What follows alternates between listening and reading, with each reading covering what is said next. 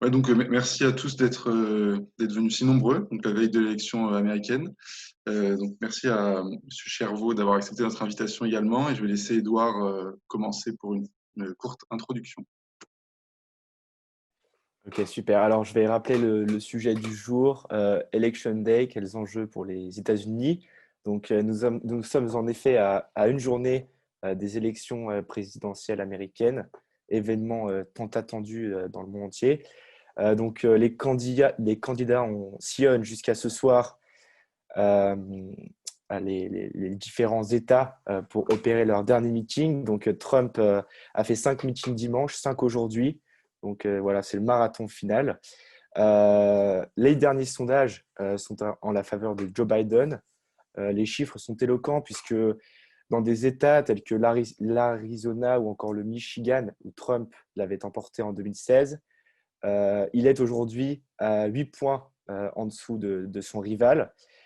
Donc, c'est assez alarmant pour ce qui est de son état dans ce genre d'état. Également, dans ce genre de localisation, pardon, également au Texas, il y a une égalité au niveau des intentions de vote entre les deux candidats, alors que l'État n'a pas élu de démocrate depuis Jimmy Carter en 1977.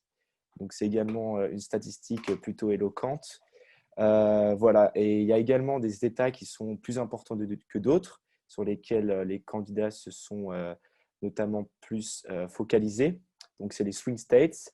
En effet, s'il veut gagner, par exemple, Trump doit arriver en tête en Caroline du Nord, en Pennsylvanie ou encore sur l'État de Floride, État qui regroupe 28 grands électeurs.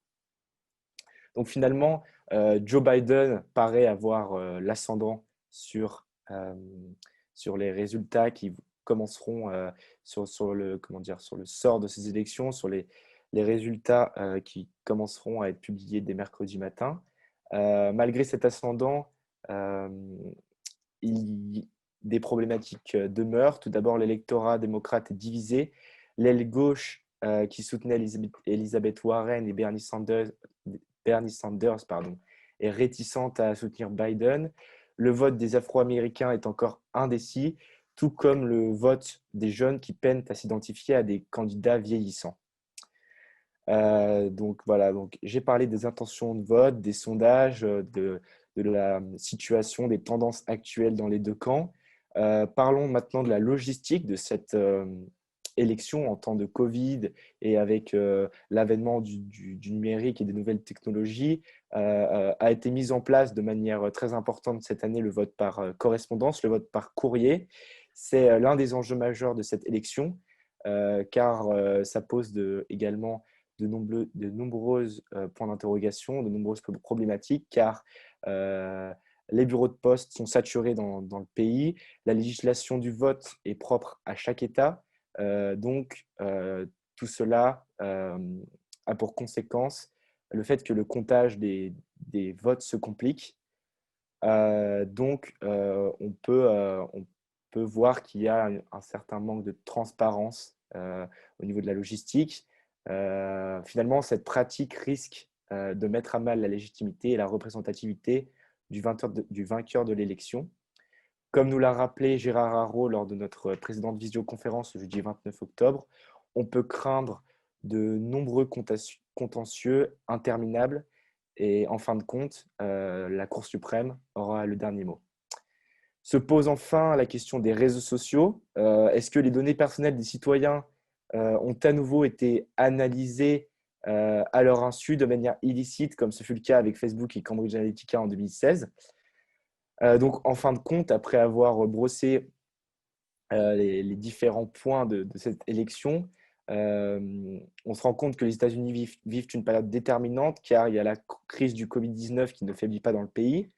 Il y a la délicate logistique du vote par correspondance, ainsi que les possibles affaires qui peuvent émerger après le dénouement de mercredi. J'ai une question qui est assez globale pour M. Chervaux. À quel avenir doit-on s'attendre? Je rappelle que cette conférence à J-1 des élections a un seul but pour tous les interlocuteurs présents ce soir. Que faut-il avoir en tête pour poursuivre l'élection demain? De quelle manière aborder le dénouement final?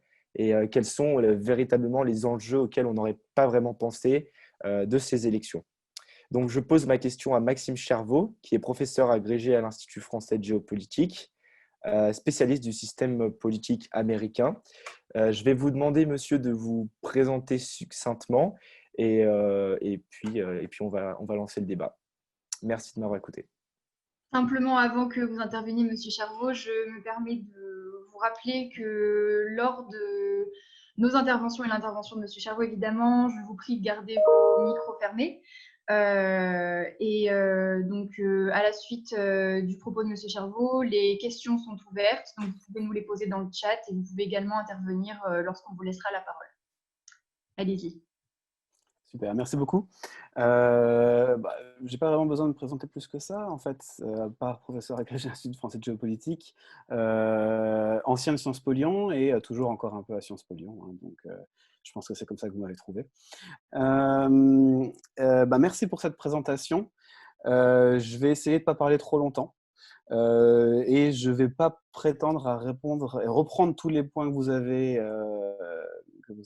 mentionnés parce que c'est beaucoup de choses. On pourra revenir dans les questions dessus. Je suis toujours très heureux de pouvoir répondre aux questions au fur et à mesure. Pour commencer, très simplement, qu'est-ce qu'il faut avoir en tête pour les élections de demain ? Et donc, la première question qui me vient en tête, c'est est-ce qu'il est intéressant pour quelqu'un en France aujourd'hui de faire une nuit blanche pour suivre les résultats jusqu'au petit matin ? Et c'est une question qu'on m'a posée plusieurs fois aujourd'hui et c'est une question que je me pose moi-même également encore parce que la plupart des États, on va dire, intéressants, ces swing states, c'est cette douzaine d'États qui peuvent basculer. Alors, tous ne peuvent pas basculer dans les mêmes proportions. C'est-à-dire que si le Texas passe des républicains aux démocrates pour la première fois en 25 ans, ça sera le signe probablement d'une vague assez importante vers les démocrates. D'accord ? Mais bon, la plupart de ces 12 États qui sont pour l'instant jouables pour les deux camps devraient fermer leur bureau de vote aux alentours de 2 heures du matin, heure française. On sait que certains États sont assez bons dans le comptage des voix de manière générale. Je ne serais pas étonné que le Texas soit déclaré dans la nuit également. Donc, si vous voulez impérativement voir le moment où le Texas va soit voter pour Donald Trump, soit basculer chez les démocrates, restez éveillés, probablement. Pour ce qui est de la part des autres États, on n'est pas certain. C'est-à-dire que si l'élection est aussi serrée qu'elle le paraît, et en tout cas que les campagnes le pensent pour l'instant, non, ça ne sert à rien de rester éveillé. Mettez un réveil à 6 ou 7 heures du matin et vous aurez peut-être la plupart des États qui vont basculer en dehors des États sans surprise comme le Delaware de Joe Biden ou le Montana, en tout cas pour la présidentielle. C'est une élection particulièrement disputée, même si les États-Unis ont l'habitude d'élections assez disputées, qui, pour les républicains et les démocrates, rappelle les bons et les mauvais souvenirs de 2016. C'est-à-dire que vous avez un candidat démocrate qui semble mener. En tout cas, alors, au niveau national, on est d'accord, mais encore une fois, comme ça a été mentionné, au niveau national, ce sont des sondages qui ne servent pas vraiment à grand-chose parce qu'il y aura toujours un avantage démocrate au niveau national, étant donné qu'ils vont maximiser leur victoire en Californie et à New York. C'est-à-dire que d'emblée, la Californie et New York, vous avez besoin de 50% des voix, ou en tout cas d'avoir une pluralité de voix, tant que vous avez une voix de plus que votre adversaire. Mais les démocrates vont gagner ces deux États avec plusieurs dizaines de points d'avance sur les républicains.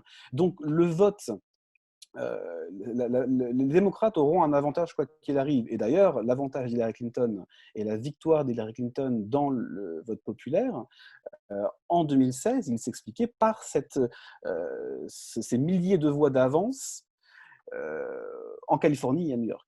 Donc, de toute manière, il y aura un certain avantage pour les démocrates dans le vote national. Par contre, ce qui est intéressant et ce qu'il faut regarder, ce sont les sondages au niveau local et au niveau des États, voire même au niveau des comtés dans certains États, parce que c'est là que tout se joue. Un État comme la Floride, la moitié de l'État n'est pas vraiment au cœur de l'activité des campagnes aujourd'hui. Les démocrates se concentrent notamment sur 2 ou 3 villes et milieux urbains, et les républicains vont aller plutôt au niveau de villes un peu plus petites, certaines banlieues encore, voire dans la partie rurale de l'État.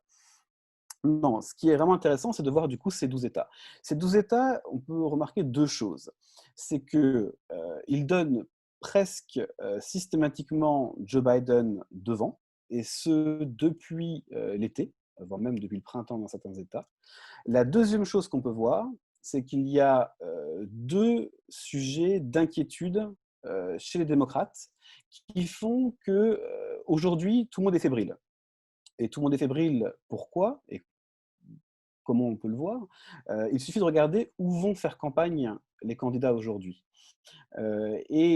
Joe Biden, les 4 candidats d'ailleurs, les 2 candidats à la présidence et les 2 candidats à la vice-présidence sur les tickets. Joe Biden, Mike Pence, Kamala Harris et Donald Trump sont en ce moment presque exclusivement en Floride, dans le Michigan et le Wisconsin, en Pennsylvanie. Et dans une moindre mesure, ils vont également faire des événements, en tout cas depuis une semaine, ils font des événements en Caroline du Nord, le Minnesota, l'Iowa et l'Ohio. Et l'Arizona. Et donc, le fait que Joe Biden et Kamala Harris soient aujourd'hui en train de passer l'essentiel de la campagne en Pennsylvanie, dans le Wisconsin et dans le Michigan, nous montre une chose, c'est que chez les démocrates, vous avez une fébrilité et vous avez cette peur très réelle que la participation ne soit pas à la hauteur, et en tout cas que des électeurs se mobilisent dans la dernière ligne droite, qui n'avait pas été vue et prévue par les instituts de sondage, et que, comme en 2016, ils redonnent la victoire à Donald Trump. Que Donald Trump fasse campagne dans ces États en ce moment, ce n'est pas une surprise. Donald Trump est le candidat sortant et il sait qu'il a gagné la Pennsylvanie, le Michigan et le Wisconsin avec quelques milliers ou dizaines de milliers de voix d'avance seulement. Donc, il avait toujours été prévu que Donald Trump soit aujourd'hui en train de faire campagne dans ces États. Par contre, que Joe Biden, 4 ans après 2016, et après le travail fait par les démocrates pour se remettre en question et comprendre leurs erreurs de 2016, que Joe Biden soit encore en train de faire campagne principalement dans ces États, et la Floride, qui est toujours un État, depuis en tout cas 30 ou 40 ans, qui est toujours un État qui peut basculer. Qu'il soit encore là aujourd'hui et demain, et même hier, il était en Pennsylvanie, c'est le signe que les démocrates savent à quel point non seulement la Pennsylvanie va être importante pour le résultat final, mais également savent qu'on n'est pas à l'abri d'une surprise de dernière minute. Et ça, c'est quelque chose qui est flagrant et qui se voit par les choix stratégiques que font les campagnes dans la dernière ligne droite. Je vous rappelle qu'en 2016, Hillary Clinton est revenue dans la dernière ligne droite également, en Pennsylvanie, en Wisconsin et Michigan. Et les démocrates, aujourd'hui, ils ont deux sources d'inquiétude. Et il y a deux raisons pour lesquelles on n'est pas à l'abri d'une nouvelle surprise de Donald Trump. Et d'ailleurs, il y a même un resserrement des sondages dans ces derniers jours en faveur du président. C'est-à-dire qu'il y a un mois, Biden faisait 10 points d'avance dans le Michigan, 10 points d'avance dans l'Arizona, qui est une surprise que l'Arizona soit jouable cette année, voire même 2, 3, 4 points d'avance dans l'Iowa. Ce week-end, un des instituts de sondage les plus respectés et en général les plus proches du terrain dans l'Iowa a donné Trump avec 7 points d'avance. Et là, dans le Michigan, en Arizona, on est plutôt de l'ordre de 4, 5 points d'avance pour Joe Biden. Donc, Joe Biden, il a peur de deux choses à ce stade. Et c'est deux choses qu'il va falloir regarder très précisément demain.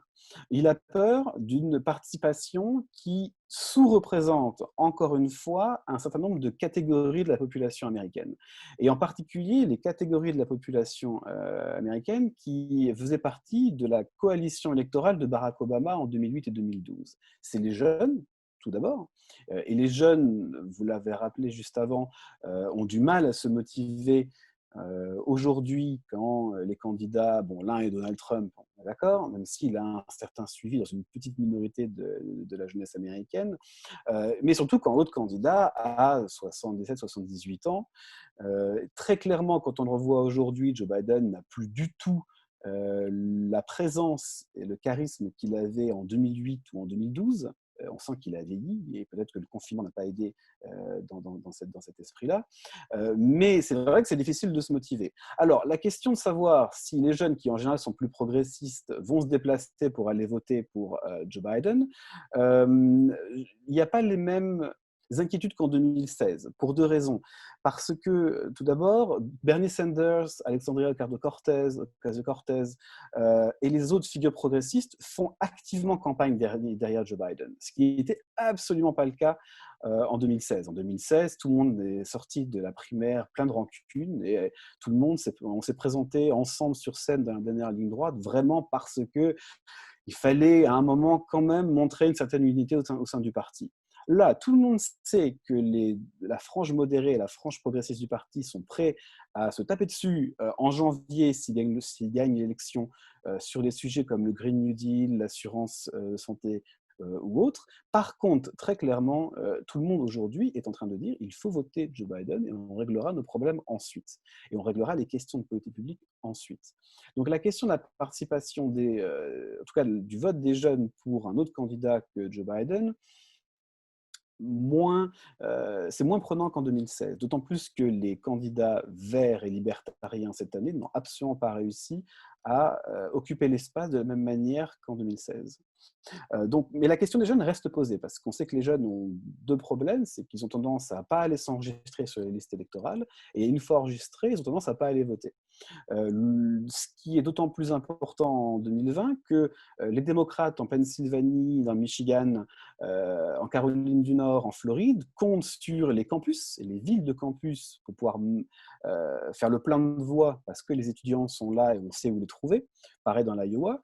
Mais à un moment où les campus sont passés en digital, vous avez beaucoup d'étudiants qui sont rentrés chez eux.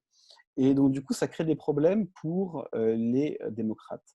La deuxième source de problème pour les démocrates, et encore une fois, on a des signes de ça très clairs, c'est la sous-participation de la population noire aux États-Unis. Et on a peur, en fait, que comme en 2016, ils ne se déplacent pas en nombre pour aller voter pour Joe Biden cette année.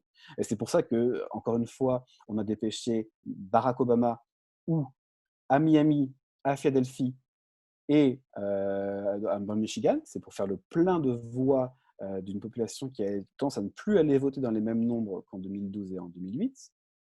Et alors, autre signe d'inquiétude, et c'est quelque chose qu'on a vu apparaître très récemment dans les sondages, c'est que la population latino, qui est une population très diverse. Donc, vous avez la population cubaine et vénézuélienne qui sont plutôt conservatrices, vous avez une population d'origine mexicaine qui a tendance à plutôt se diviser en fonction des États équitablement entre les deux, voire plutôt maintenant voter pour les démocrates, surtout en Floride, surtout en Californie et maintenant au Texas. Mais en fait, ce qui est sorti les dernières semaines des sondages, c'est qu'en Floride notamment, et même maintenant en Texas ou dans d'autres États, la population Donald Trump pourrait gagner une part plus importante de la population latine aux États-Unis. Et ça, c'est la grosse surprise des dernières semaines de la campagne. C'est qu'un candidat qui a fait campagne en 2016 pour un mur, pour le renvoi chez eux des populations d'origine mexicaine qui étaient traitées de tous les noms et qui étaient accusées de tous les maux aux États-Unis, vous avez maintenant une population, et notamment les hommes dans cette population latino, qui en ce moment, sont en train de pencher en plus grand nombre vers Donald Trump. Et en fait, cette conjonction d'une participation qui est alors record au niveau national, hein, on a déjà à peu près 69% des Américains qui ont voté en 2016, l'équivalent des Américains qui ont voté en 2016, qui ont déjà voté, alors même que les bureaux de vote officiellement, les bureaux de vote du jour J ouvrent que demain matin. Mais en fait, ce qu'on se rend compte, c'est qu'à Miami, à Philadelphie, à Détroit et dans ces autres centres extrêmement importants du vote démocrate, la population, elle est en deçà de ce que les démocrates espéraient.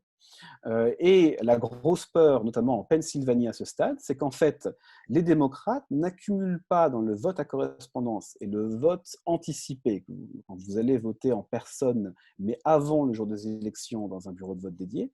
Ils ont peur de ne pas avoir suffisamment pris d'avance dans ce vote-là pour compenser le vote du jour de l'élection, de demain, qui traditionnellement, et cette année on le sait parce que les personnes qui ont annoncé vouloir utiliser le vote par correspondance sont en grande majorité démocrates, le vote de demain risque d'être en majorité républicain, notamment en Floride, mais aussi en Pennsylvanie, ou dans l'Arizona, ou au Texas. Et donc, si les démocrates ne maximisent pas leur avantage dans les 70% qui ont déjà voté, il est possible que les républicains, s'il y a une très forte mobilisation demain, notamment dans les campagnes ou chez les indépendants qui sont indécis et qui vont dans les dernières heures, comme en 2016, pencher d'un côté ou de l'autre, si des populations se déplacent demain pour voter républicain, elles peuvent très facilement rattraper l'avance des démocrates. Et d'ailleurs, c'est pour ça que depuis quelques jours, on voit le Nevada rebasculer dans des États un peu plus indécis. C'est qu'en fait, un Nevada qui était plus ou moins assuré d'être démocrate parce que Hillary Clinton l'a gagné en 2016, on s'est rendu compte que la participation, elle est en deçà de ce qu'on attendait. Et notamment dans la partie de la population qui, aujourd'hui d'ailleurs au chômage à cause du Covid dans les casinos de Las Vegas, ne s'est pas déplacée en nombre, dans les nombres que les démocrates espéraient en amont. Donc, ces deux éléments, cette question de la participation et la question peut-être de changement au sein de certains blocs électoraux, fait que les démocrates dans la dernière ligne droite sont à la fois fébriles parce qu'ils sont en train de faire campagne et de mettre tous leurs efforts sur des États qui, encore il y a quelques mois, étaient censés être repris presque d'office. Cet effort fait par les démocrates dans ces États-là est un premier signe d'inquiétude ou en tout cas de fébrilité, mais en même temps, vous avez une carte électorale, et cette fois-ci, ça complique la vie du président sortant, qui a explosé. C'est-à-dire qu'en janvier encore, on pariait sur 6 à 8 États qui pouvaient être des États jouables cet automne. On en a 12 maintenant, au minimum. Et ça, ici, c'est le signe cette fois-ci, de signes qui sont plus défavorables au président sortant, qui encore aujourd'hui, techniquement, n'est pas le favori, disons-le clairement, il n'est pas le favori selon les signes traditionnels qui permettent de dire un tel est favori, un tel n'est pas favori, mais qui sait, son campagne le sait d'ailleurs et en fait le pari, a encore une possibilité, une voie assez claire d'arriver à sa réélection demain. Par contre, le travail ne lui a pas été particulièrement facile. Il pensait avoir, après 3 ans et demi de campagne, accumulé tellement d'avance en ressources financières qu'il pourrait surfer sur sa réélection. Mais au final, ce qui est arrivé, c'est qu'il est aujourd'hui un petit peu en manque de cash dans la dernière ligne droite. Il se fait dépasser depuis plusieurs semaines par les démocrates. Mais d'ailleurs, tous les républicains se font dépasser par les démocrates depuis plusieurs semaines, au Sénat, à la Chambre, les gouverneurs et à la présidentielle. Et la deuxième, c'est que le président doit faire campagne sur tous les fronts. C'est-à-dire que les 12 États qui sont jouables aujourd'hui, c'est 11 États qu'il a gagnés. Donc le président doit être sur tous les fronts aujourd'hui. Et ça lui facilite pas la vie, en toute honnêteté. Là où par contre, lui, les sondages lui apportent plusieurs mauvaises surprises, et après je pense que peut-être qu'il sera temps de passer aux questions et je répondrai avec plaisir à la suite à tous les autres sujets qui peuvent vous intéresser. Là où par contre il y a deux choses qui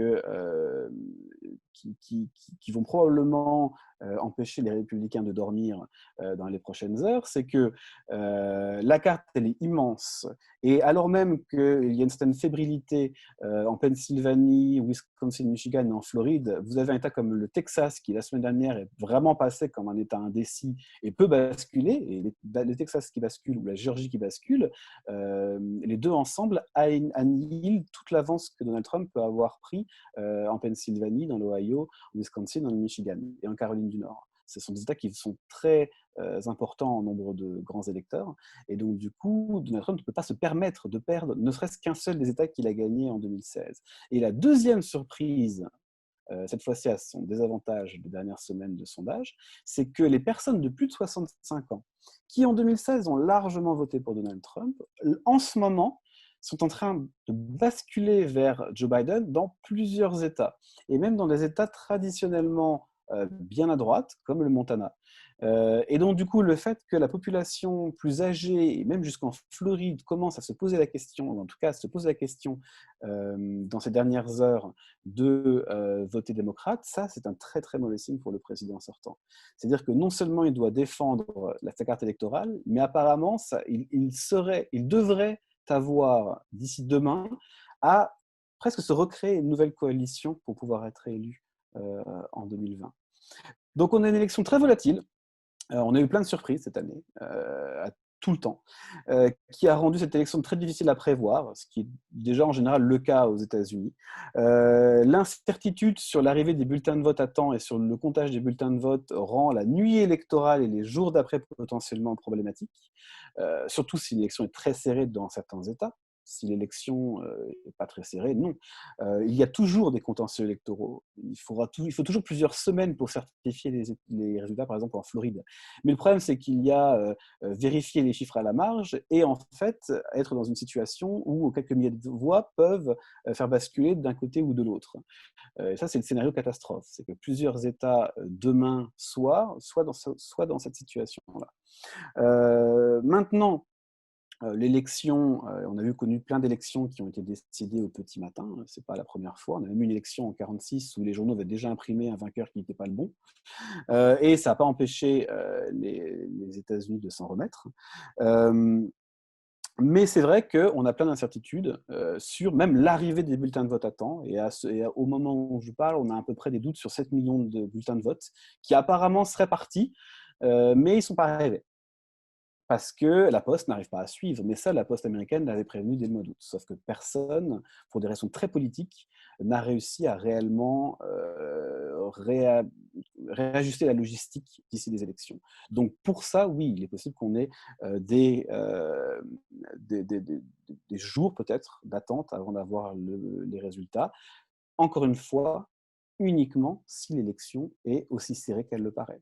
En cas de victoire de Biden, on peut avoir, comme c'est arrivé pour le Sénat il y a quelques années, une carte électorale qui est complète aux trois quarts, mais même s'il y a encore 2-3 États qui sont indécis ou un État indécis, on peut déjà avoir une victoire pour Joe Biden, tellement la carte est grande cette année. À la différence de 2000, par exemple. L'élection de 2000, la carte était beaucoup plus réduite des États qui étaient indécis. Quand il a fallu plusieurs semaines pour pouvoir certifier les résultats de la Floride et donc donner l'avantage à George W. Bush, avec quelques grands électeurs d'avance seulement à cette époque-là.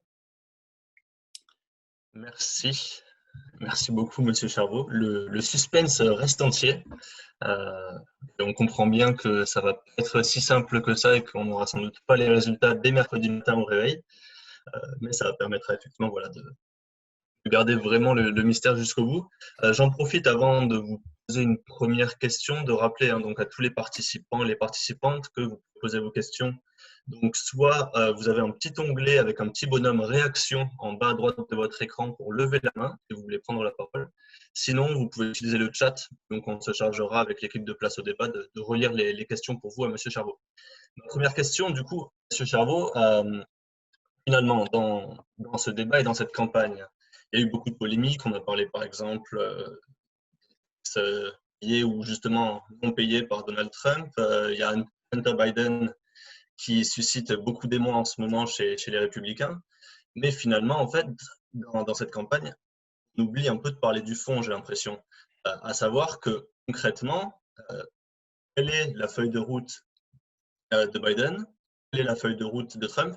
Et je pense encore plus en France, les gens en fait n'ont pas forcément une idée claire, moi le premier, de ce que l'un ou l'autre pourrait défendre pour le mandat à venir. C'est une très très bonne question. C'est vrai que, alors c'est pas lié aux États-Unis, mais cette année, on a très très très peu parlé de politique publique. Pour deux raisons. Alors, parce que les deux sont responsables. Et après, il y aurait un petit mais, parce que la situation est encore un peu plus compliquée qu'on pourrait l'imaginer. Du côté de Donald Trump, on va commencer avec le président sortant. Le plan de Donald Trump depuis le début de sa campagne de réélection, c'est-à-dire depuis février 2017, Donald Trump a commencé à faire campagne pour sa réélection, après avoir compris qu'il adorait faire campagne. Il se sentait d'ailleurs assez comment dire, plein de succès, hein, parce qu'il avait gagné l'élection présidentielle là où peu, voire même dans ses proches, on n'attendait pas. Il a commencé à faire campagne en 2017. Et dès 2017, et en particulier à partir de 2018, l'idée a été de faire campagne sur l'économie. Parce qu'il a récupéré, admettons, il faut l'admettre, de Barack Obama, une économie qui, si elle n'était pas encore parfaite, parce que ça a permis son élection, parce qu'il y avait des disparités entre les États, disparités entre les populations, l'économie partait vers le mieux. Et on avait une croissance qui augmentait, on avait une production industrielle qui augmentait et un chômage qui tombait. Ce qui est quand même royal, surtout quand on arrive à la tête des États-Unis. Le gros sujet de son élection, après des mesures très identitaires et sécuritaires des premières semaines, ça a été la réforme des impôts. Et en particulier, une grosse baisse des impôts pour disons, grande partie des États-Unis. Elle a très clairement favorisé les personnes qui avaient les plus hauts revenus, mais la classe moyenne en a quand même bénéficié, et en tout cas a, et c'est le plus important, eu l'impression d'en bénéficier. Et donc du coup, vous aviez encore en janvier dernier, c'est pas si vieux que ça, en janvier dernier, vous avez un président qui partait à quelques mois, lancer la dernière ligne droite de sa réélection, alors que les démocrates étaient en train de se taper dessus pendant la primaire, sur l'idée que l'économie était bonne. Et vous aviez 55, voire même 60% des Américains qui disaient « Oui, je pense que je suis dans une meilleure situation économique aujourd'hui qu'il y a 4 ans. » Donc, les meilleurs indicateurs pour la réélection d'un président.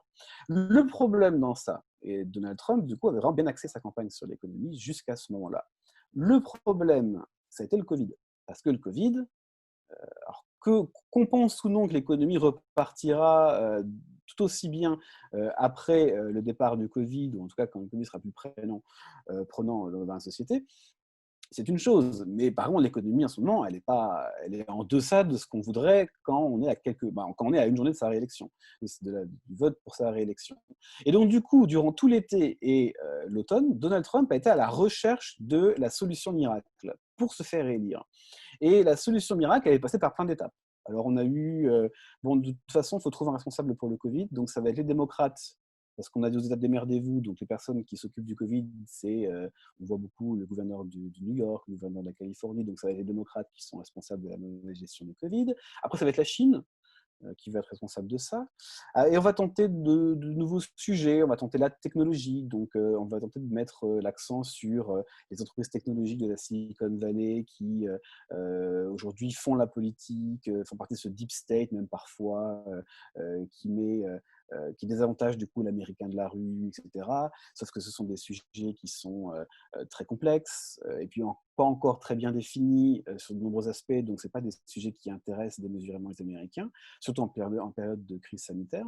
Et donc du coup, on est revenu sur les classiques, on est revenu sur la peur, on est revenu sur la peur des immigrés, on est revenu sur la peur de l'étranger, on est revenu sur la peur des troubles civils à l'intérieur du pays, et en essayant de réordonner ou réorienter un discours autour de Black Lives Matter qui, du coup, a repris plus d'espace, plus d'importance dans l'espace public durant l'été, durant le printemps et l'été. Du coup, il a essayé de réactiver grosso modo, ces éléments de 2016, qui avaient plutôt bien marché en 2016, le mur avec le Mexique, ou alors même les attaques contre le Deep State. Il a publié un décret courant septembre qui lui donne beaucoup plus de marge de manœuvre pour renvoyer des fonctionnaires américains à partir du moment où il estimait qu'ils n'étaient pas fidèles à la ligne du président. Donc, on tente pas mal de choses. Pareil, ça ne prend pas vraiment...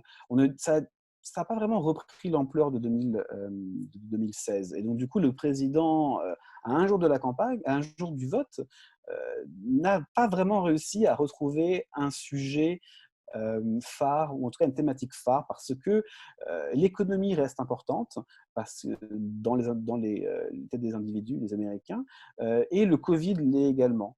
Donc, il y a une certaine indécision sur quel était le bon ton à prendre. On a retenté des affaires également, oui, Hunter Biden, c'est pareil, c'est pas des affaires qui...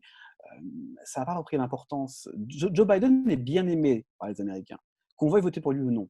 Hillary Clinton n'était pas aimée par les Américains, en tout cas à partir du moment où elle a voulu retourner en politique en 2015-2016. Donc du coup, au final, les affaires collaient bien à Hillary Clinton. Il y a depuis longtemps, donc c'était facile de l'assimiler à toutes les affaires qu'on pouvait retrouver, en fait, des fois des affaires il y a de 30 ou 40 ans. Joe Biden, non, il n'a jamais vraiment eu de casserole, à part ses gaffes, très grosse gaffe. Et il a, comment dire, entre guillemets, on a l'impression qu'il a payé pour les quelques casseroles qu'il a déjà dans les années 80 et au début des années 2000. Donc, ça n'a pas marché. Et très vite, on le voit, même Fox News, en fait, ne les répétait plus à longueur de journée, les affaires sur Hunter Biden, parce que les Américains, ça n'accrochait pas. Donc, du coup, voilà, on ne parle pas trop de politique du côté de Donald Trump, parce que, bon, le bilan est quand même plus que mitigé déjà d'une. Même s'il est quand même plutôt apprécié sur son bilan économique, et c'est juste que le bilan économique est passé en second derrière la crise du Covid. Et du côté de Biden, en fait, la chose est assez simple. C'est que dès la campagne de la primaire, on s'est dit, il y a des désaccords dans le parti sur à peu près tous les sujets phares.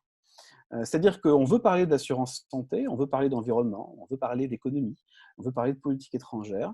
Le problème, c'est que quand on commence à rentrer dans le détail des mesures, très vite, on voit les dissensions remonter.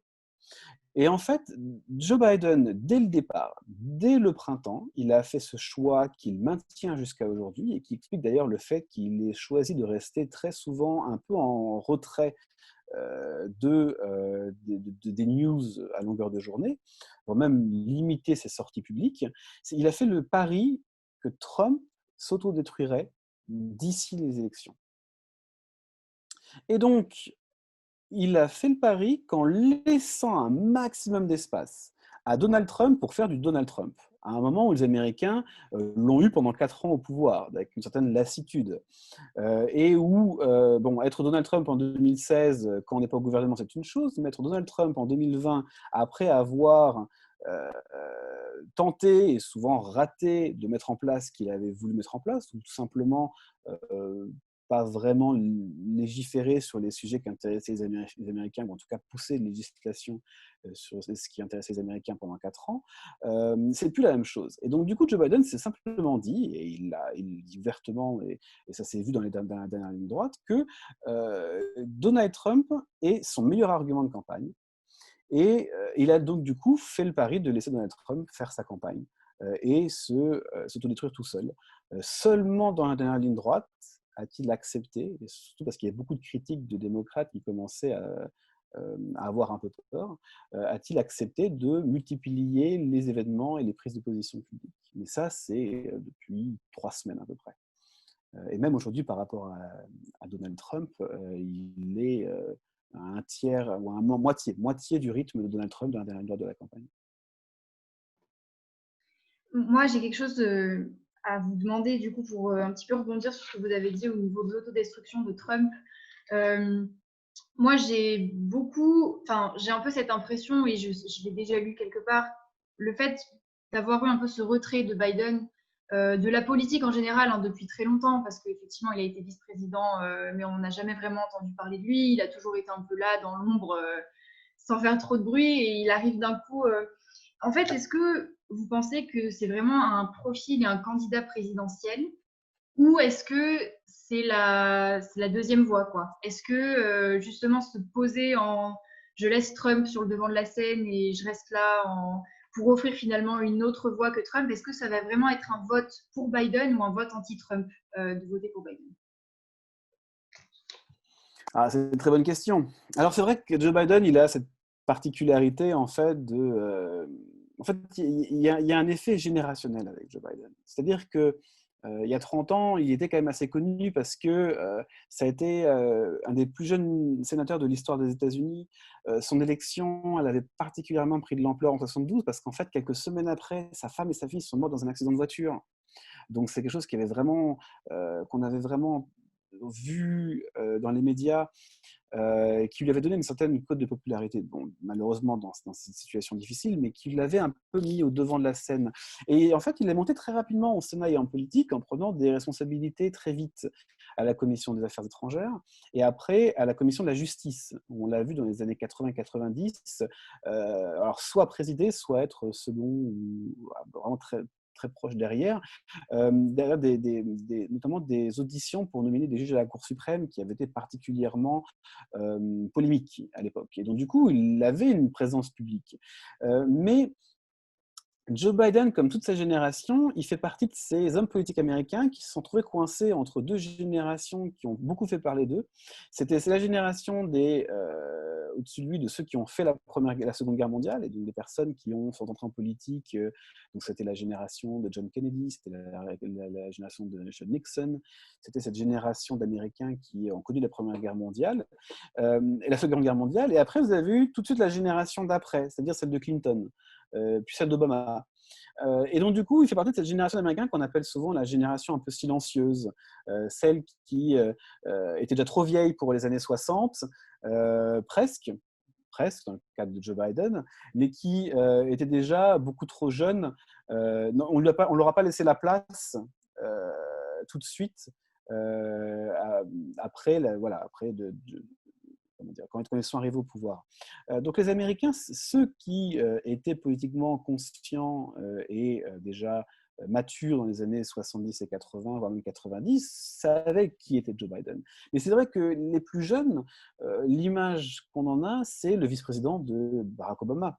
Parce que sa campagne, il était choisi vice-président de Barack Obama parce qu'il était un des candidats en 2008 de la primaire et qu'il s'est rangé assez rapidement derrière Barack Obama, et parce qu'il représentait quelqu'un de plus âgé, quelqu'un qui avait de la carrure politique et de l'expérience politique pour contrebalancer Barack Obama face à John McCain. Donc on lui a trouvé cette image un peu cool, c'était l'homme au wayfarer qu'on voyait souvent il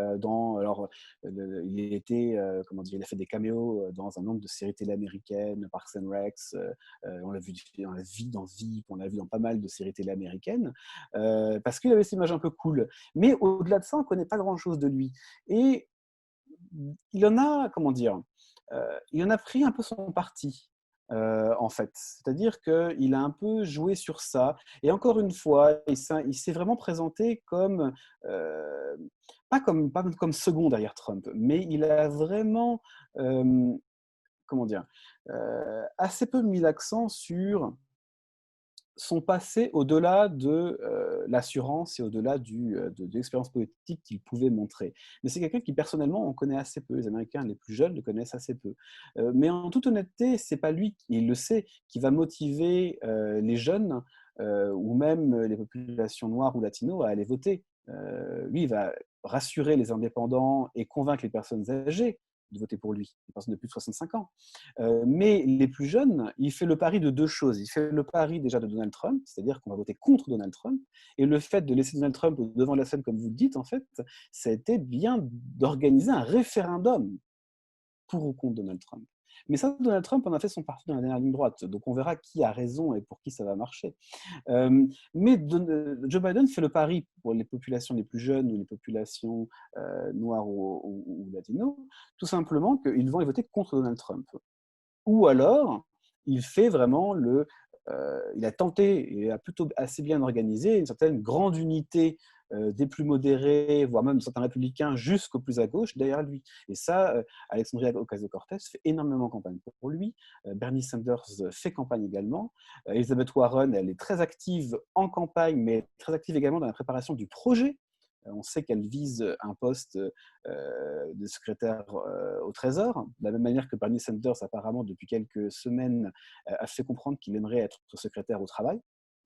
Donc ministre du Travail au sein d'un gouvernement de Joe Biden, ce qui n'arrivera pas probablement parce qu'on a besoin de lui au Sénat et que s'il partait pour le gouvernement, ce serait un gouverneur républicain qui choisirait son remplaçant. Donc ce n'est pas vraiment optimal alors qu'on espère avoir une majorité ne serait-ce que courte au Sénat. Mais il y a une certaine unité derrière Joe Biden, donc il a essayé de surfer sur un peu la présidence normale, pour éviter de reprendre une mauvaise analogie française, il a essayé vraiment de représenter une certaine normalité et une certaine politique apaisée face à Donald Trump. Et en sachant très bien que de toute façon, oui, c'était le premier choix de personne. Mais dans la primaire, les Américains ont fait le choix du candidat qui semblait le plus apte à être élu face à Donald Trump. Et pas la carte du symbole comme en 2016. Merci beaucoup pour rebondir justement là-dessus. On a donc la question dans le chat qui nous demande qu'indiquent les sondages sur le renouvellement de la Chambre des représentants et du Sénat. Et même pour aller un peu plus loin, qu'indique-t-il entre les républicains et les démocrates? Et à l'intérieur des démocrates, est-ce que c'est plutôt les modérés ou les plus radicaux comme plus proches de Sanders qui vont gagner un certain nombre de sièges? Et à quoi ressemblerait donc ce gouvernement démocrate de coalition? Parce il y a vraiment des dissensions à l'intérieur de leur parti. Et est-ce qu'on peut imaginer qu'il y ait des problèmes pour avoir une majorité à la Chambre, même si les démocrates sont majoritaires pour Biden? Alors, pour la Chambre, on parie pour l'instant, grosso modo, sur un renforcement de la majorité démocrate, pour une raison très simple, c'est qu'il y avait beaucoup de sièges qui étaient en jeu que les démocrates ont, parce que c'est eux, pour le coup, qui ont la majorité, qui doivent défendre des sièges dans des districts que Donald Trump avait remportés en 2016 et risque de remporter cette année. Mais ils ont fait, pour l'instant, une campagne assez efficace, et il n'y a pas trop de démocrates dont les sièges sont en jeu. Par contre, ils ont réussi à encore élargir la carte et à devenir compétitifs sur beaucoup de sièges détenus par les républicains. Donc on peut s'imaginer alors soit une stabilisation de la majorité où elle est en ce moment, soit à un gain de peut-être 10, 20 sièges, peut-être même, pour les démocrates. Donc d'avoir une majorité plus grande encore à la Chambre. Au Sénat, on est en ce moment à une majorité de 47-53, avec 2 indépendants qui siègent avec les démocrates. On a à peu près 11 sièges qui sont jouables. Alors 11 si vraiment les démocrates, s'il y a une vague bleue, en toute honnêteté, et donc avec la présidentielle gagnée. Parce que, tout simplement, on renouvelle la classe de 2014, une année où les démocrates ont vraiment, alors, pardonnez-moi l'expression, on avait pris une droite, en toute honnêteté. Ils ont perdu énormément de sièges en 2014. Et donc, du coup, cette année, les démocrates n'ont pas beaucoup de sièges à protéger. Par contre, les républicains ont beaucoup de sièges à protéger, plus des sièges, donc ça va être des sièges au Sénat dans l'Arizona, en Nevada, en Arizona, en Caroline du Nord,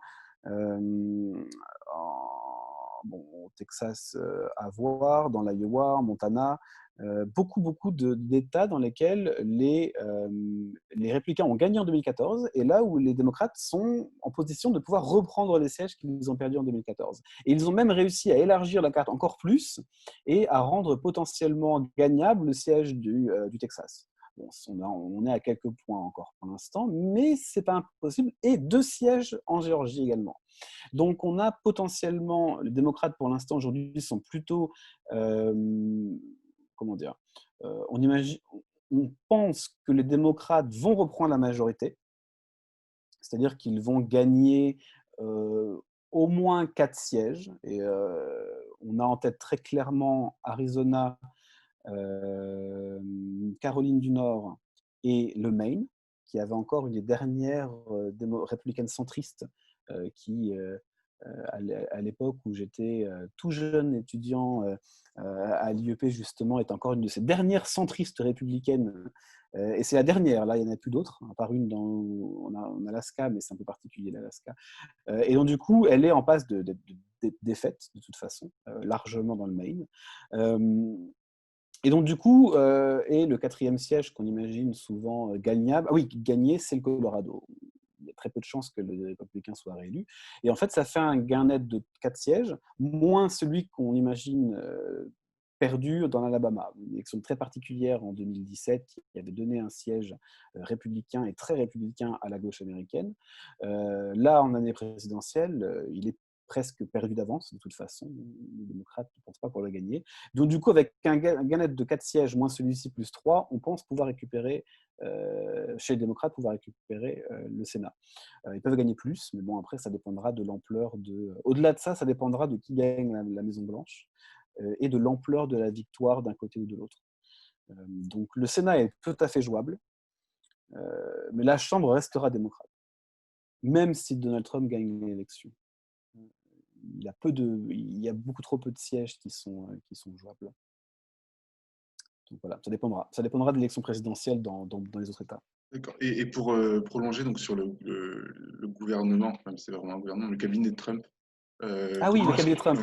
Ah oui, et puis la majorité. Alors, disons que Joe Biden est élu. Si Joe Biden est élu, il aura à la Chambre et au Sénat une majorité, en toute probabilité.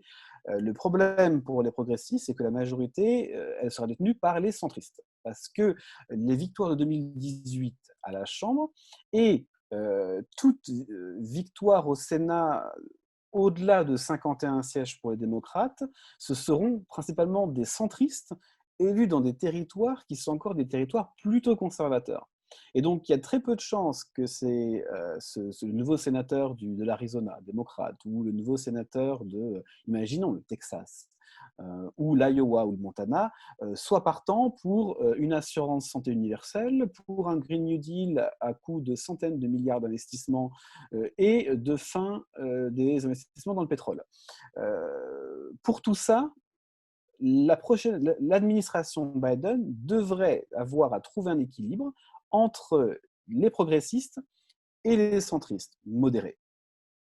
Parce que de toute façon, vous êtes élus en novembre 2020, les prochaines élections de mi-mandat, c'est 2022. En 2022, vous avez 12 démocrates qui remettent leur siège en jeu au Sénat et l'ensemble de la Chambre des représentants.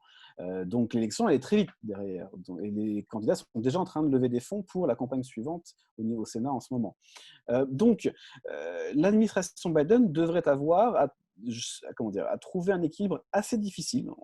En toute honnêteté, ça va être très difficile de gouverner si les progressistes n'acceptent pas de faire des concessions sur l'assurance santé et le Green New Deal. Maintenant, Joe Biden a une très bonne réputation comme un homme politique pragmatique et modéré.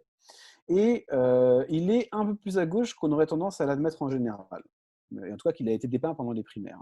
Et en toute probabilité, il constituera un cabinet qui représentera toutes les sensibilités du parti. Comme je l'ai dit, il y a peu de chances, même si on peut imaginer que s'il y avait une grande majorité pour les démocrates, ils pourraient peut-être nommer Bernie Sanders au gouvernement. Mais je parierais plus sur Elizabeth Warren, qui, par contre, ferait lever les yeux au ciel d'une bonne partie du Parti démocrate et des soutiens du Parti démocrate aujourd'hui à Wall Street ou dans un certain nombre de grandes entreprises américaines. Mais il fera le pari d'un équilibre au sein de son cabinet, comme le font en général les présidents de toute façon, mais peut-être avec des figures un peu plus symboliques. Et derrière, par contre, là où le gros du travail aura lieu, ça sera au Sénat, principalement, mais également à la Chambre, parce que vous aurez il y aura une minorité importante du Parti démocrate, en tout cas et de la Chambre, qui sera très à gauche, et vous aurez les clés de tous les votes qui seront au centre. Avec des élus qui n'hésiteront pas à voter contre certaines propositions qui seront jugées trop coûteuses ou trop à gauche si jamais ils sont élus. Donc à voir, mais tout le monde sait que ça va être difficile de trouver un équilibre entre ces forces politiques en janvier si les démocrates gagnent et l'ensemble du gouvernement d'ailleurs. D'accord, merci beaucoup. On a une question dans le chat de Emilien qui nous dit qu'on voit aujourd'hui que le clivage entre les pro-Biden et les pro-Trump est extrêmement marqué. Il y a beaucoup d'affrontements. On pense notamment à ce bus de Biden qui a été pris à partie sur l'autoroute du Texas. Et donc, est-ce que selon vous, les deux camps sont-ils capables d'enterrer la hache de guerre après l'élection? Et est-ce que l'électorat de Donald Trump est aussi radical que ce qu'on peut voir, nous, en France, dans les médias? Est-ce qu'il n'y aurait pas une majorité silencieuse qui accepterait le résultat de l'élection, quel que soit donc le résultat, c'est Biden ou Trump? Oui, c'est une très très bonne question et c'est vrai que, et moi le premier, c'est vrai que ces derniers jours, toutes les, comment dire, de devoir passer sa journée dans la politique américaine et d'être face à des headlines qui sont de plus en plus euh, comment dire, tendue, en fait. La situation est tendue. Maintenant, il faut raison garder pour deux raisons. Déjà, n'oublions pas que la moitié des Américains vivent complètement à côté de la politique. Et en 2016, 144 millions d'Américains, 140, ou 140, oui, 145 millions d'Américains ont voté pour les élections présidentielles. 140, à peu près 140, oui, 140 millions sur une population de 320-330 millions d'Américains. C'est-à-dire c'est à peu près 55% des personnes qui étaient enregistrées sur les listes électorales. Mais comme l'enregistrement n'est pas automatique aux États-Unis, vous avez aussi une partie de la population qui est en âge de voter et légalement pourrait voter, mais n'est même pas inscrite sur les listes électorales. Donc vous aviez 55% de ceux qui sont inscrits qui ont voté en 2016. Cette année, on aura une plus grande participation. On a à peu près 94 millions d'Américains qui ont déjà voté au moment où je parle. Donc on sera au-delà de probablement de 60%. C'est même possible qu'on ait une participation qui soit historique, qui n'ait pas été vue en un siècle. Mais même si c'est une participation qu'on n'a pas vue en un siècle, ça restera même pas la moitié des personnes qui vivent sur le territoire américain aujourd'hui. Okay, donc vous avez quand même une bonne moitié de la population qui vit complètement à côté de la politique américaine, ou de la politique en général, et qui de temps en temps vont aller voter, mais beaucoup ne vont jamais voter, sauf des fois peut-être à des élections très très locales pour le shérif ou le maire du village ou de la ville. Et donc ça c'est la première chose. La deuxième, c'est que oui, vous avez une partie de l'électorat de Donald Trump qui est extrêmement mobilisée et qui est très très bruyant. Physiquement présent. On imagine à peu près 30% de son électorat total, est très très engagé en politique, très tranché, les avis sont très tranchés. Mais quand vous rapportez ça à l'ensemble de la population, c'est une petite partie de la population. Et vous avez comment dire, une partie de la population, notamment très à gauche, et on l'a vu dans la primaire, il y a des moments très très violents dans la primaire démocrate également, entre les Sand Boys et certains autres candidats qui ont été pris à partie très violemment par des militants sur les réseaux sociaux, Twitter notamment, par des soutiens de Bernie Sanders. Et donc vous avez, en fait, dans une période d'excitation électorale très intense, mais si vous suivez la politique américaine tous les jours, pendant des mois, voire même des années, vous arrivez également très fébrile et très tendu à la veille des élections. Mais comme on l'a vu, et vous allez avoir une période de désillusion de plusieurs semaines derrière les élections où tous les 4 ans, les psychologues américains font le plein de nouveaux clients parce que les gens n'arrivent pas à se remettre du résultat de l'élection. Là où cette année, il y a une différence, c'est que oui, on arrive à des violences physiques qui, alors malheureusement, ne sont pas nouvelles aux États-Unis et qui rappellent des mauvaises périodes de l'histoire américaine, qui sont devenues beaucoup plus visibles grâce aux réseaux sociaux. Mais disons que, et ça alerte beaucoup d'éditoriaux, vous voyez beaucoup d'éditoriaux ces derniers jours en France également comment dire, qui rapportent cette angoisse. Il faut raison garder. Disons qu'aux États-Unis, malgré l'hyperpolarisation d'une partie de la société américaine, vous avez quand même des services de police qui font leur travail, vous avez des juges qui font leur travail, vous avez des Américains qui savent raison garder, qui ont tout à fait confiance dans le système politique tel qu'il est aujourd'hui, et qui d'ailleurs ont confiance même entre eux dans le quartier, dans la ville, etc. Et vous avez des hommes politiques qui, dans la grande majorité aujourd'hui aux États-Unis, savent reconnaître une défaite, savent accepter une défaite. De là à dire qu'ils vont travailler ensemble en janvier, on verra quelle sera la tête du Sénat et la tête de la Chambre en janvier, parce qu'il y a des républicains qui, Mitch McConnell le premier, sous Barack Obama, refusaient systématiquement de travailler avec Barack Obama, et on a même fait une stratégie politique. Mais de manière générale, ce qu'on appelle les contre-pouvoirs et la société américaine a été habituée à des situations très tendues et même des situations très violentes, politiquement parlant, par le passé. Pas récemment, sauf en 2010 avec les Tea Party, un peu, sous Obama. Mais il faut savoir raison garder et ouais. je fais pas partie des gens qui sont trop pessimistes. Bon, après, on verra si les prochaines heures me donnent raison ou pas. Très bien. Et est-ce que vous pensez que les tensions peuvent être exacerbées si, j'en ai parlé dans mon introduction, des casseroles de chaque camp commencent à héberger? À ce sujet, Thibault Lelièvre a une question.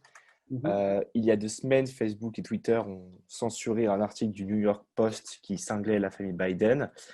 Alors, donc, en fait, cet article relance les accusations selon lesquelles Joe Biden a aidé une société ukrainienne où son fils occupait un haut poste à échapper à une enquête pour corruption.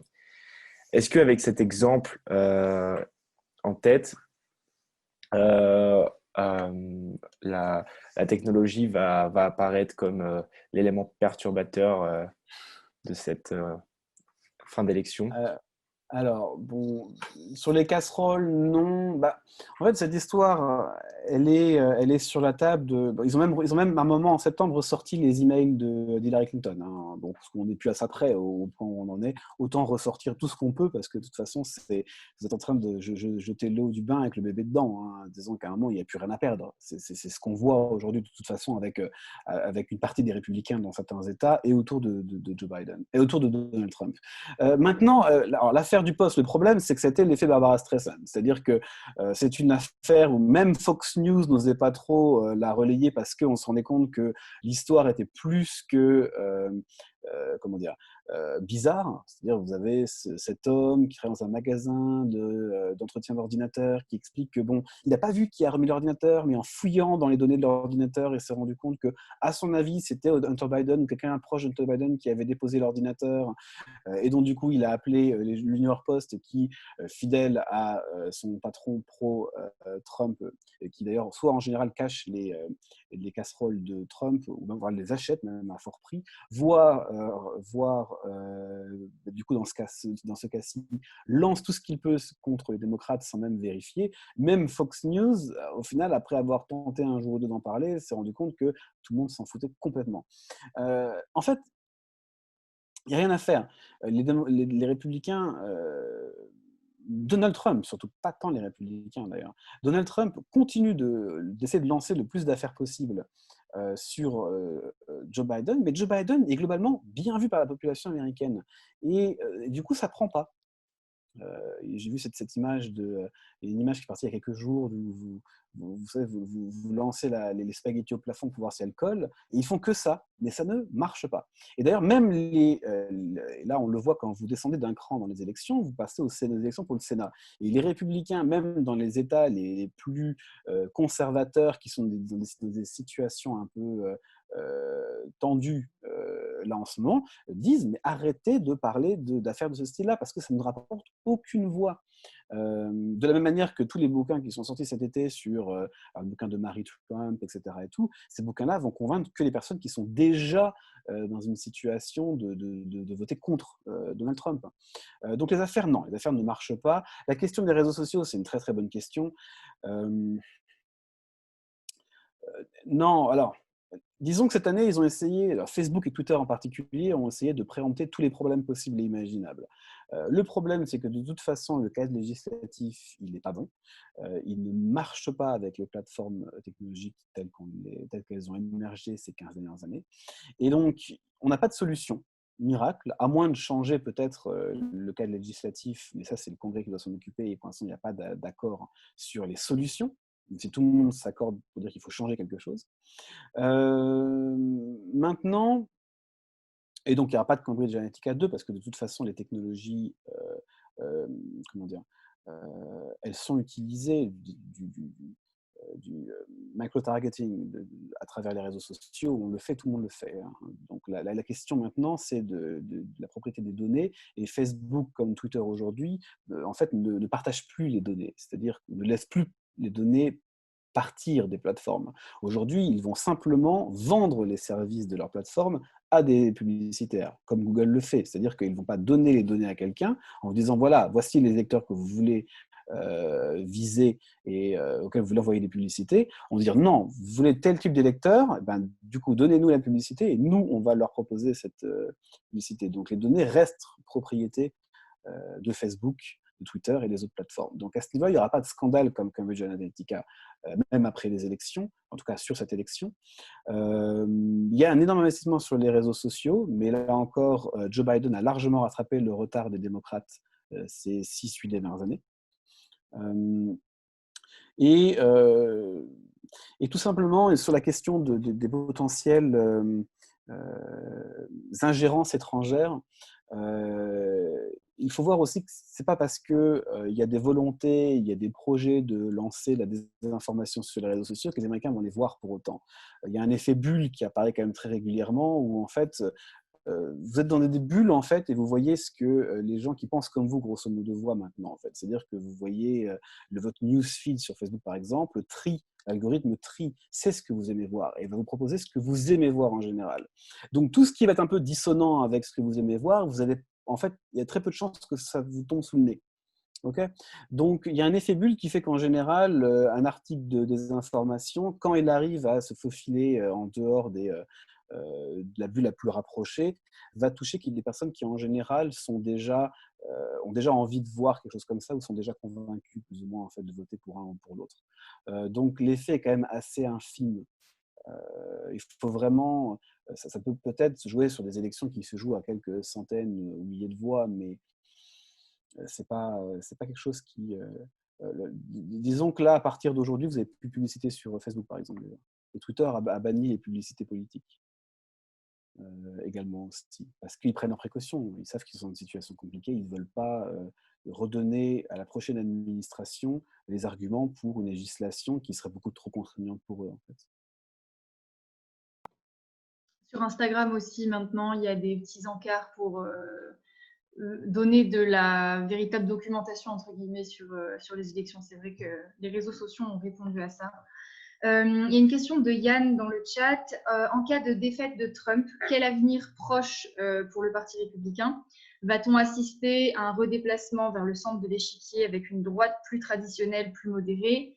Et est-ce que Trump restera un personnage important? Alors, Trump, comme tout ancien président, restera un personnage important. Et pour une raison toute simple, il y a à peu près 30% de ses électeurs qui lui sont dévoués. Et tout candidat républicain, parce que disons que si Trump perd dans les jours qui viennent, la campagne pour la nomination républicaine de 2024 commence. Et déjà, vous pouvez voir, encore une fois, c'est comme on parlait tout à l'heure, en fait, des déplacements dans la dernière ligne droite d'une élection. Là, vous regardez où les prétendants potentiels vont faire campagne. Et vous voyez que les prétendants potentiels, que ce soit le secrétaire d'État Mike Pompeo, que ce soit Mike Pence, que ce soit le sénateur Tom Cotton de l'Arkansas ou l'ancien ambassadrice à l'ONU Nikki Haley, ils ont tous en Iowa. Parce que l'Iowa est le premier candidat qui va voter pour la primaire 2024. Donc du coup, la campagne pour la nomination républicaine commencera alors, pas ouvertement là maintenant. Les candidatures, pour la plupart, attendront la fin des midterms de 2022. Mais disons que le travail de terrain pour convaincre les cadres du parti et commencer à mettre des options sur les communicants, sur les spécialistes d'élections, sur les sondeurs, va commencer dès maintenant. Et il faudra se faire voir pendant 4 ans également. Donc du coup, la campagne pour succéder à Donald Trump, alors certains disent que Donald Trump pourrait tenter de se reporter candidat, mais il sera quand même vieux en 2024. Par contre, son fils fait partie des personnes qui cachent à peine son envie un jour potentiellement d'être candidat. Alors qu'il y a 4 ans, on pariait plutôt sur sa fille. Mais maintenant, c'est Donald Trump Jr. qui fait partie des prétendants potentiels derrière. Et il y a autant de prétendants que d'élus au Sénat presque, ou de gouverneurs, de membres du cabinet de Donald Trump aujourd'hui, ou même de proches du président actuel. Donald Trump, qu'est-ce qu'il pourrait lui arriver, lui, dans les semaines qui suivent? C'est une bonne question. Il a plusieurs possibilités. Disons qu'il va peut-être écrire un bouquin, comme le font la plupart des présidents, ses mémoires. Et en plus, il a eu un certain succès dans le passé en écrivant des livres. Probablement plutôt reprendre les rênes de l'empire familial, qu'il n'a jamais vraiment complètement mis de côté. De nouveaux projets, probablement. Mais disons que les présidents, une fois partis, n'ont qu'une demi-vie politique. Il continuera de faire campagne probablement pour d'autres républicains, et il se fera choyer et désirer quand arrivera le moment des soutiens pour la campagne de 2024, parce qu'il a 30% des électeurs de droite acquis à sa cause. Et tout candidat qui voudra être le prochain républicain président devra d'emblée essayer de gagner ses voix derrière. Maintenant, à savoir si le parti refera le pari d'un candidat qui puisse convaincre le centre de repartir vers un candidat républicain après avoir voté Biden, si Biden est élu cet automne, c'est une très très bonne question. Et ça, c'est 4 ans, je peux vous dire quels sont tous les noms chauds, entre guillemets, aujourd'hui et dont tout le monde parle, mais à aucun moment je serais capable de vous dire qui sera déjà candidat, réellement. Et en plus, qui pourra même gagner la nomination républicaine. 4 ans d'une vie politique américaine, c'est immense. En 2008, tout le monde savait qu'Hillary Clinton allait être candidate. Barack Obama était élu au Sénat qu'en 2006.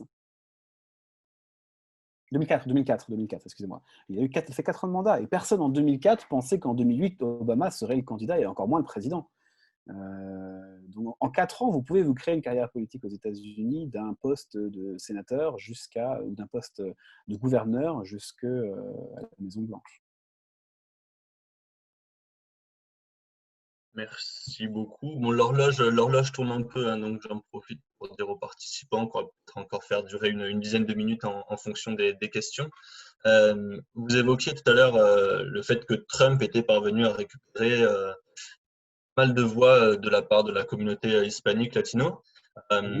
Mais est-ce que Kamala Harris, au contraire, permet aussi à Biden de récupérer les voix des minorités? Alors, Kamala Harris va jouer, devrait jouer, c'est ce qu'on imagine, pour motiver les femmes noires américaines qui ont déjà été la raison du succès en 2018, parce qu'elles se sont motivées énormément en 2018, en très très forte proportion, et qu'elles ont voté en très grande majorité, plus de 9 sur 10, pour les démocrates. Donc Kamala Harris, oui, et la population également d'origine asiatique et en particulier d'Asie du Sud-Est, qui est une population particulièrement convoitée et qui vote quand même en majorité pour les démocrates. Mais en fait, les démocrates ont quand même 2 problèmes malgré tout, en fait. C'est que déjà, il y a une énorme différence entre les hommes et les femmes. Et les hommes, notamment les hommes blancs, très clairement, votent en très grande majorité pour Donald Trump. Les hommes latinos ont tendance à regarder un peu plus positivement Donald Trump cette année qu'il y a 4 ans. Donc, c'est eux qui font que l'écart se resserre un petit peu. Alors, on était à 29,65, quelque chose 26,65 il y a 4 ans. Là, on est sur du peut-être 32, 33, 34 contre 60 et quelques. Mais bon, dans une élection serrée, ça peut faire la différence en Floride, ça peut faire la différence au Texas, en Arizona ou en Géorgie. Et du côté de la population noire, on a également les démocrates ont également ce même problème, c'est-à-dire que les hommes noirs ont tendance à regarder un peu plus positivement, notamment ceux qui ont moins de 30 ans. Ils ont tendance à regarder Donald Trump, mais de manière générale, le parti républicain un peu plus positivement que leurs aînés. Et donc, du coup, vous avez un vote conservateur dans la population d'hommes noirs qui est plus important et qu'on n'avait pas vraiment vu venir ces dernières années, avec d'ailleurs quelques candidats, très, très bons candidats républicains qui motivent un peu plus les troupes. On a Peter James, qui est le candidat républicain au Sénat dans le Michigan, et qui est un des rares républicains un des 2 même républicains qui pourrait gagner un siège démocrate cet automne, s'il y a une forte mobilisation à droite.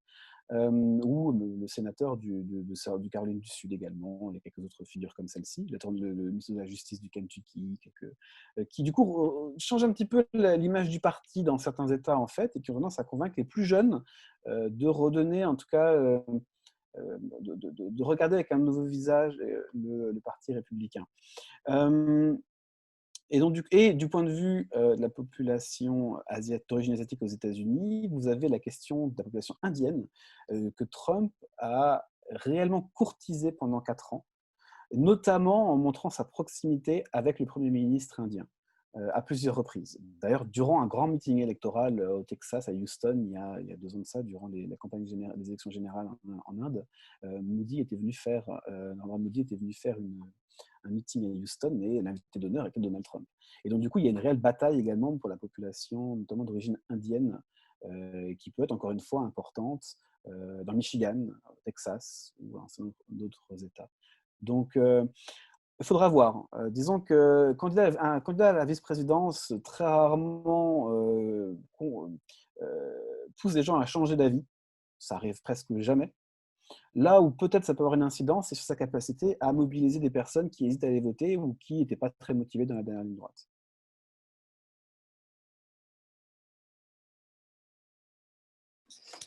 Très bien. Alors, je vais poser la question de Émilien Granger, qui est la suivante. Quelle serait la marge de manœuvre de Biden pour gouverner s'il devait gagner l'élection maintenant que la Cour suprême a 6 juges républicains sur 9? On a entendu dire qu'il pourrait la diluer en rajoutant des juges. Est-ce que c'est une option viable et comment il pourrait le faire si cette même Cour suprême est républicaine? Alors, on va commencer par la possibilité de remplir, rajouter en tout cas des juges à la Cour suprême.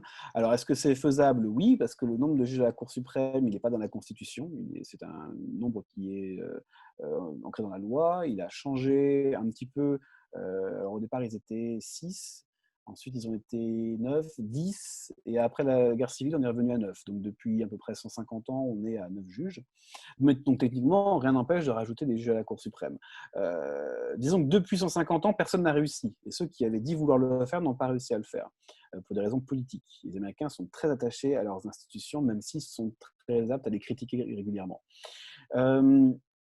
Ensuite, la raison très simple pour laquelle il ne va pas le faire, à mon avis, après là, ça n'engage que moi, mais je pense qu'il ne le fera pas, c'est que si vous dites que bon, on a des raisons qui sont suffisamment exceptionnelles pour pouvoir nommer des nouveaux juges à la Cour suprême, vous cassez 150 ans d'accord presque universel sur le fait que 9, ça marche pas trop mal, même quand on n'est pas d'accord avec eux.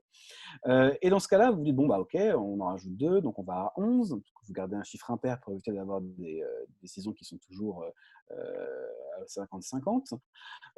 Et donc, du coup, bon, vous en rajoutez 11, vous êtes à 11. Puis dans 4 ans, les républicains reprennent la Maison-Blanche. Ils vont dire, ils en ont rajouté 2, nous, on va en rajouter 4.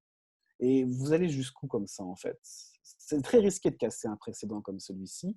Et Joe Biden n'est vraiment pas la personne qui aurait envie ou même l'instinct de faire quelque chose comme ça. Donc du coup, non, je pense que ça n'arrivera pas. Oui, il y a une Cour suprême à 6 contre 3 en faveur des libéraux. Alors, pas républicains démocrates, parce que vous êtes dans les juges, donc on parle plutôt de libéraux contre des conservateurs.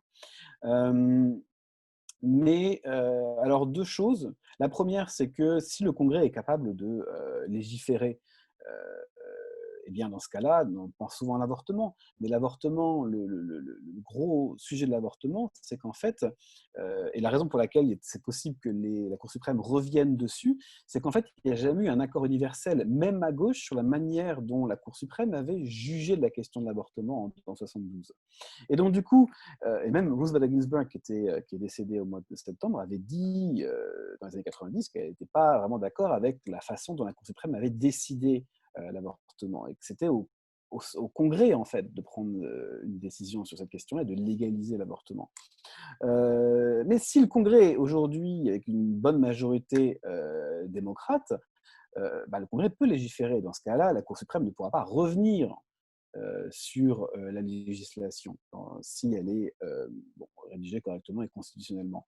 Donc du coup, c'est pas, comment dire, un problème si fort que ça. Et la deuxième raison pour laquelle alors, le Congrès peut légiférer de toute façon, et la Cour suprême a tendance, le plus souvent dans la majorité des cas, à laisser le Congrès ou la présidence, avec ses décrets présidentiels, prendre les décisions, ou les agences également derrière. La deuxième, c'est que c'est très, très, très difficile de tirer des conclusions en amont sur comment la Cour suprême va décider des cas qui vont arriver devant elle.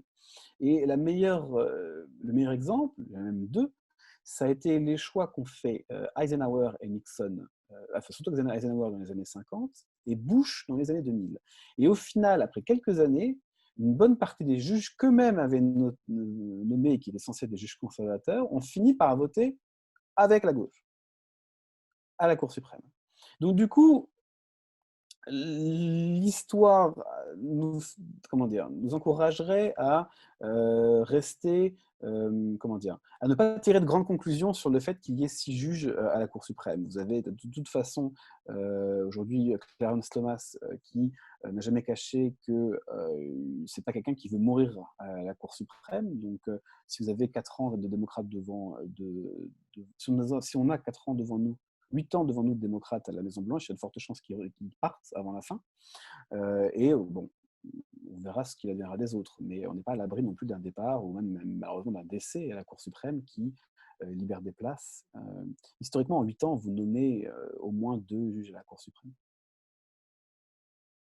Merci beaucoup. Alors, j'aurais, je pense, une dernière question, parce que ça fait déjà 1h30. Donc, est-ce que vous pensez qu'une réélection de Donald Trump pourrait renforcer son côté, entre guillemets, bien sûr, dictatorial? La semaine dernière, on était avec Gérard Haro, qui était ancien ambassadeur de France aux États-Unis, qui nous disait que Trump prenait des décisions toujours tout seul. Il consultait rarement son cabinet et ses ministres. Est-ce que vous pensez que s'il est encore élu pour 4 ans, il pourrait avoir encore plus ce sentiment de supériorité et prendre des décisions assez incertaines pour nous aussi Européens, avec des répercussions qui seraient assez graves, comme ce qu'il avait fait au début avec le retrait des accords de Paris, celui de l'OMS récemment?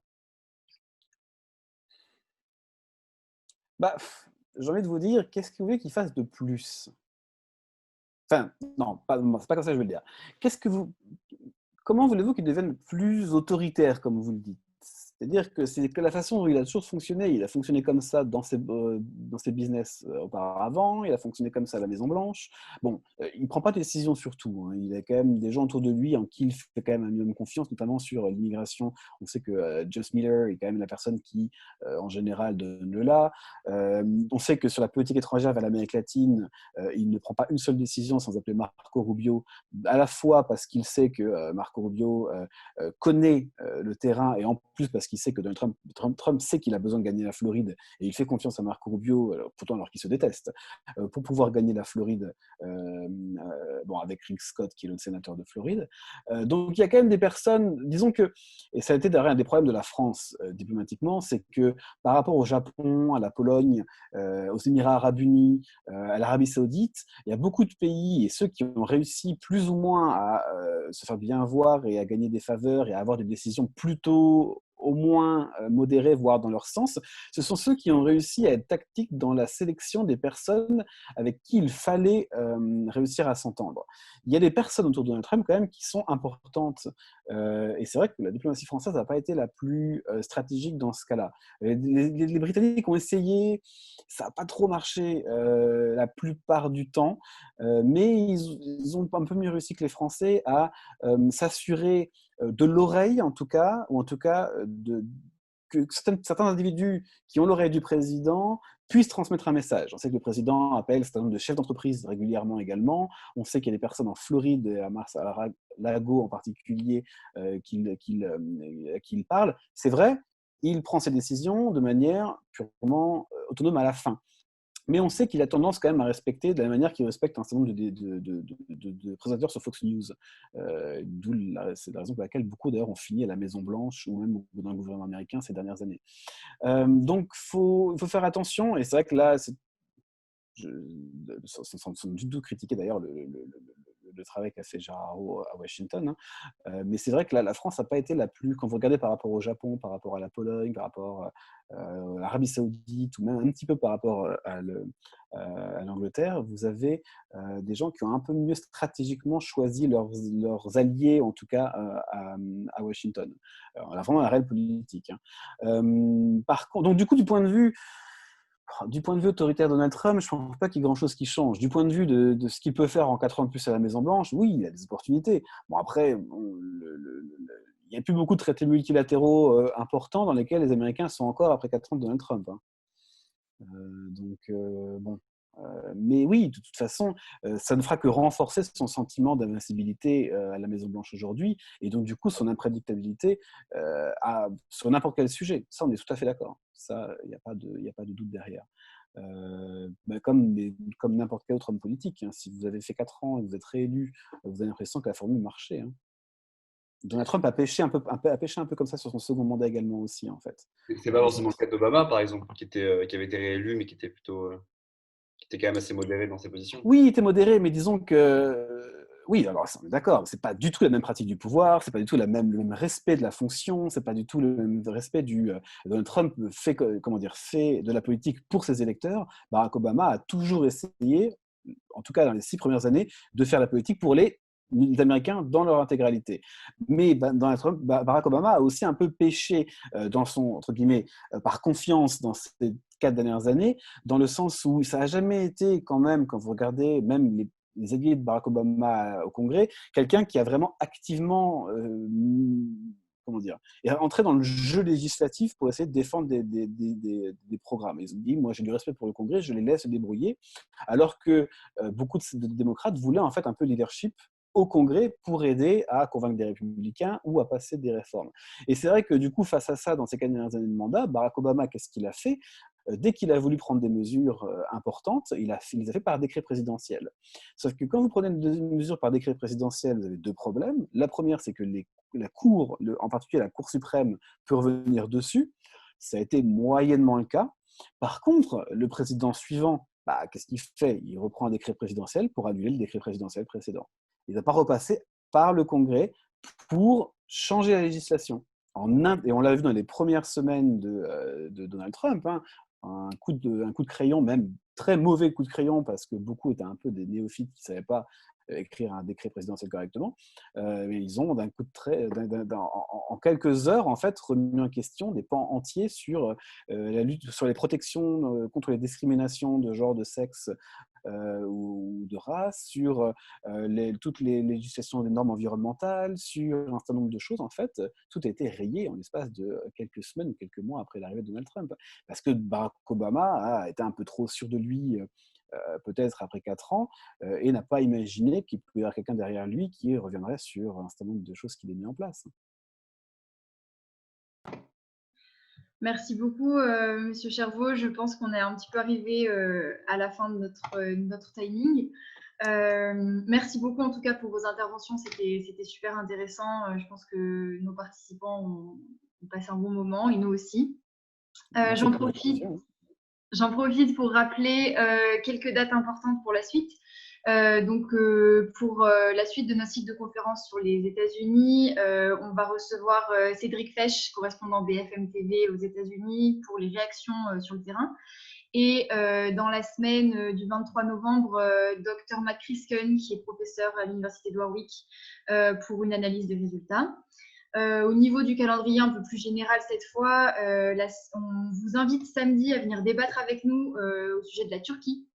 À 17h. Donc, ce sera un échange pour discuter un petit peu de la situation actuelle. La semaine prochaine, on reçoit Bernard Cazeneuve, le mardi 10 à 18h.